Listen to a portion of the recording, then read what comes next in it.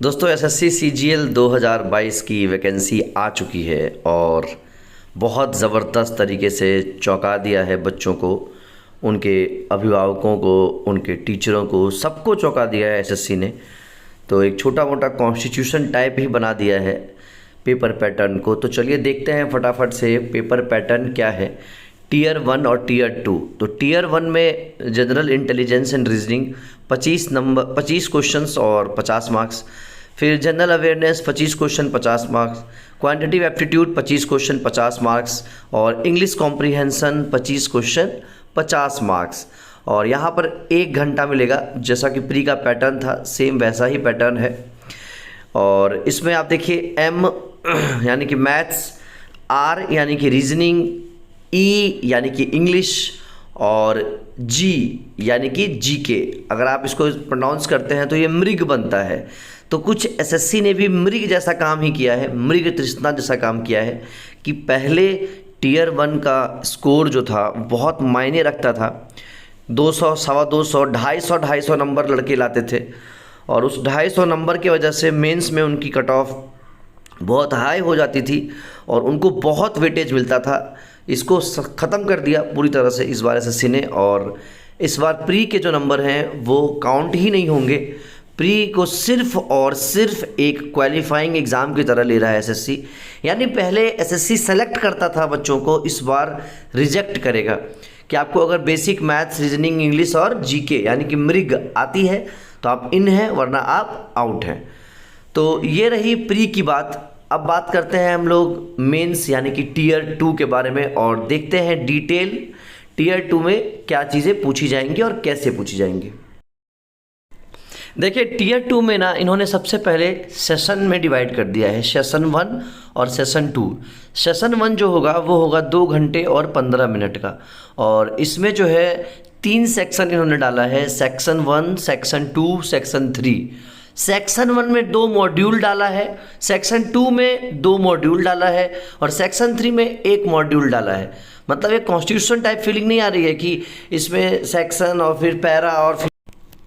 तो basically section 1 में जो है 2 मॉड्यूल है, मैथमेटिकल एबिलिटी और रीजनिंग इंटेलिजेंस।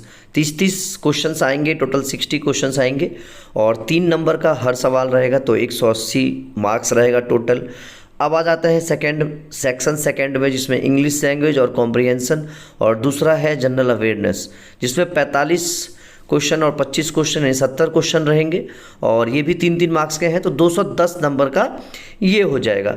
अब इसमें देखिए इन्होंने ये बताया नहीं है क्लियरली कि सेक्शनल टाइमिंग होगी या नहीं। हालांकि लिखा हुआ है 1 आवर फॉर ईच सेक्शन।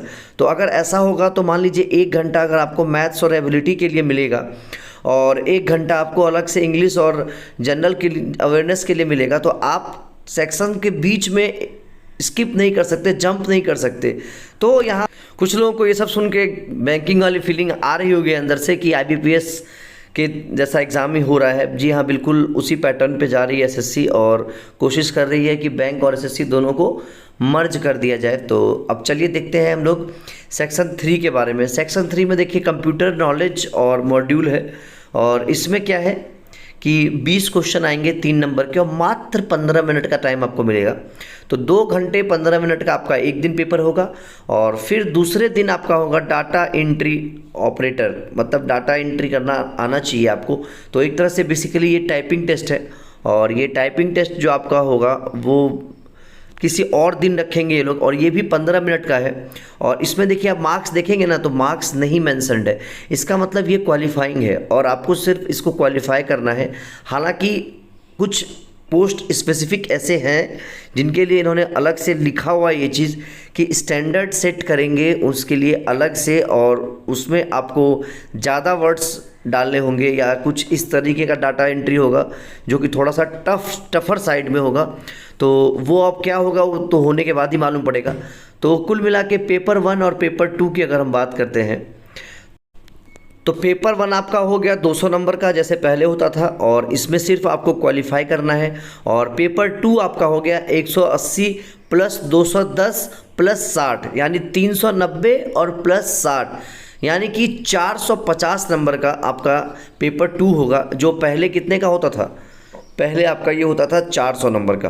तो ये 50 नंबर आपका जो एक्स्ट्रा आया है वो कंप्यूटर वगैरह की वजह से और थोड़ा सा मार्क्स डिस्ट्रीब्यूशन अलग हो गया है, इसी वजह से आया है।